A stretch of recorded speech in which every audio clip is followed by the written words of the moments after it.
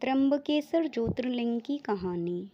एक बार महर्षि गौतम के तपोवन में रहने वाले ब्राह्मणों की पत्नियां किसी बात पर उनकी पत्नी अहिल्या से नाराज हो गईं। उन्होंने अपने पतियों को ऋषि गौतम का अपकार करने के लिए प्रेरित किया। उन ब्राह्मणों ने इसके निमित्त भगवान श्री गणेश जी की आराधना की। उनकी आराधना से प्रसन्न हो गणेश जी ने प्रकट होकर उनसे वर मांगने को कहा। उन ब्राह्मणों ने कहा, प्रभु, यदि आप हम पर प्रसन्न हैं तो किसी प्रकार ऋषि गौतम को इस आश्रम से बाहर निकाल दें। उनकी यह बात सुनकर गणेश जी ने उन्हें ऐसा वर मांगने के लिए समझाया, किंतु वे अपने आग्रह पर अटल रहे। गणेश जी को विवश होकर उनकी बात माननी पड़ी। अपने भक्तों का मन रखने के लिए वे एक दुर्बल गाय का रूप धारण करके ऋषि गौतम के खेत में जाकर रहने लगे।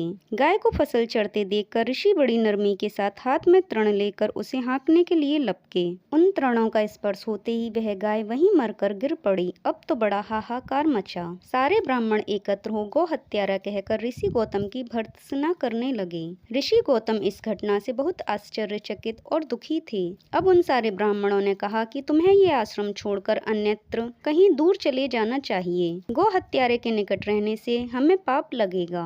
विवश होकर ऋषि गौतम अपनी पत्नी अहिल्या के साथ वहां से एक कोस दूर जाकर रहने लगे, किंतु उन ब्राह्मणों ने वहां भी उनका रहना दूभर कर दिया। वे कहने लगे, गौ हत्या के कारण तुम्हें अब वेद पाठ और यज्ञादि के कार्य करने का कोई अधिकार नहीं रह गया। अत्यंत अनुनय भाव से ऋषि गौतम ने उन ब्राह्मणों से प्रार्थना की कि आप लोग मेरे प्रायश्चित और उद्धार का कोई उपाय बताएं। तब उन्होंने कहा, गौतम, तुम अपने पाप को सर्वत्र सबको बताते हुए 3 बार पूरी पृथ्वी की परिक्रमा करो, फिर लौटकर यहाँ 1 महीने तक व्रत करो। इसके बाद ब्रह्मगिरि की 101 परिक्रमा करने के बाद तुम्हारी शुद्धि होगी। अथवा यहाँ गंगा जी को लाकर उनके जल से स्नान करके 1 करोड़ पार्थिव शिवलिंगों से शिव जी की आराधना करो। इसके बाद पुनः गंगा जी में स्नान करके इस ब्रह्मगिरि की 11 बार परिक्रमा करो। फिर 100 घड़ों के पवित्र जल से पार्थिव शिवलिंगों को स्नान कराने से तुम्हारा उद्धार होगा। ब्राह्मणों के कथनानुसार महर्षि गौतम भी सारे कार्य पूरे करके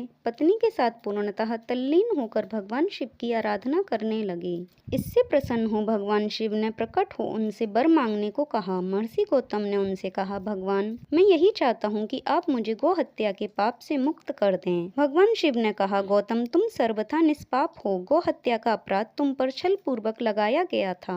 छल पूर्वक ऐसा करवाने वाले तुम्हारे आश्रम के ब्राह्मणों को मैं दंड देना चाहता हूँ। इस पर महर्षि गौतम ने कहा कि हे प्रभु, उन्हीं के निमित्त से तो मुझे आपका दर्शन प्राप्त हुआ है। अब उन्हें मेरा परम हित समझकर उन पर आप क्रोध न करें। बहुत से ऋषि मुनियों और देवगणों ने वहां एकत्र हो गौतम की इस बात का अनुमोदन करते हुए भगवान शिव से सदा वहां निवास करने की प्रार्थना की। वे उनकी बात मानकर वहां त्र्यंबकम ज्योतिर्लिंग के नाम से स्थित हो गए। गौतम जी द्वारा लाई गई गंगा जी भी वहां पास में गोदावरी नाम से प्रवाहित होने लगी। यह ज्योतिर्लिंग समस्त पुण्य को प्रदान करने वाला है। हर हर महादेव। राधे राधे।